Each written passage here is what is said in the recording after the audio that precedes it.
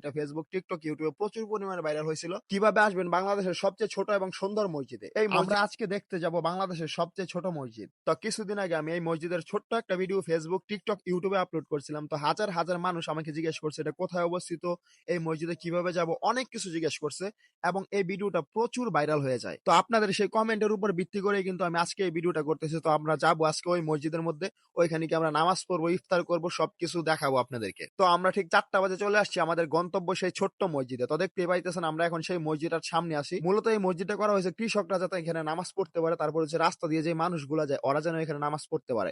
এই মসজিদের আশেপাশে তেমন কোনো বাড়িঘর নাই, চারপাশে শুধুমাত্র ফসলের মাঠ, শুধু ধান ক্ষেত, আর কিছুই নাই। তো দেখতেই পাইতেছেন এখানে একটা টিউবওয়েল আছে, এখানে কিন্তু মানুষ উঁচু করে এখানে নামাজ আদায় করে। এই টিউবওয়েল দেখে আমার মনে হচ্ছে এই এলাকার মানুষ খুব ভালো। অন্যান্য এলাকায় যদি এরকম টিউবওয়েল থাকতো তাহলে হয়তো চুরি হয়ে যেত। তাছাড়া এখানে উজু গোসল করার জন্য কিন্তু একটা ঘাট আছে। এখানে দেখতেই পাইতেছেন একটা পুকুরের মধ্যে একটা সুন্দর করে ঘাট তৈরি করে রাখছে। যদিও এখন পুকুরে পানি নাই, কারণ শীতের শেষ, এখন পুকুরে পানি থাকবে না, এটাই স্বাভাবিক। আবার বর্ষার মৌসুম আসলে এখানে মানুষ গোসল উজু করতে পারবে। আমরা এসে দেখি মসজিদের মধ্যে শুকনো পাতা, বালু টালু পরিমাণে একটু অপরিষ্কার হয়ে আছে আর কি। তো আমরা চিন্তা করলাম যে আমরা যেহেতু ইফতার করবো, নামাজ পড়বো, তো আমরা একটু মসজিদটাকে সুন্দর করে পরিষ্কার করে নেই। কিন্তু ভাই আমরা পরিষ্কার করার মতো কোনো কিছুই পাইতেছিলাম না। তো অনেক খোঁজাখুঁজি করে চিন্তা ভাবনা করলাম যে গাছের এই পাতা টাতা দিয়ে এটা আসলে পরিষ্কার করতে হবে। তো যেই বাবা সেই কাজ, সুন্দর করে গাছের পাতা দিয়ে হচ্ছে ঝাড়ু দিলাম, পুরো মসজিদটাকে একদম সুন্দর করে পরিষ্কার করলাম। যাই হোক, তারপর আসরের নামাজের সময় হয়ে যায়। তো আমার জানা মতো এটা হচ্ছে বাংলাদেশের সবচেয়ে ছোট মসজিদ এবং পৃথিবীর মধ্যে সবচেয়ে ছোট মসজিদ হতে পারে। তো এই মসজিদের মধ্যে আমরা আসরের নামাজ আদায় করলাম। নামাজ পড়া শেষে মোটামুটি হচ্ছে আমাদের আর সময় কাটতেছিল না, কারণ হচ্ছে আসরের নামাজের পর মাগরিব পর্যন্ত মোটামুটি ভালোই সময় রয়েছে। তো আমাদের আর সময় কাটতেছিল না।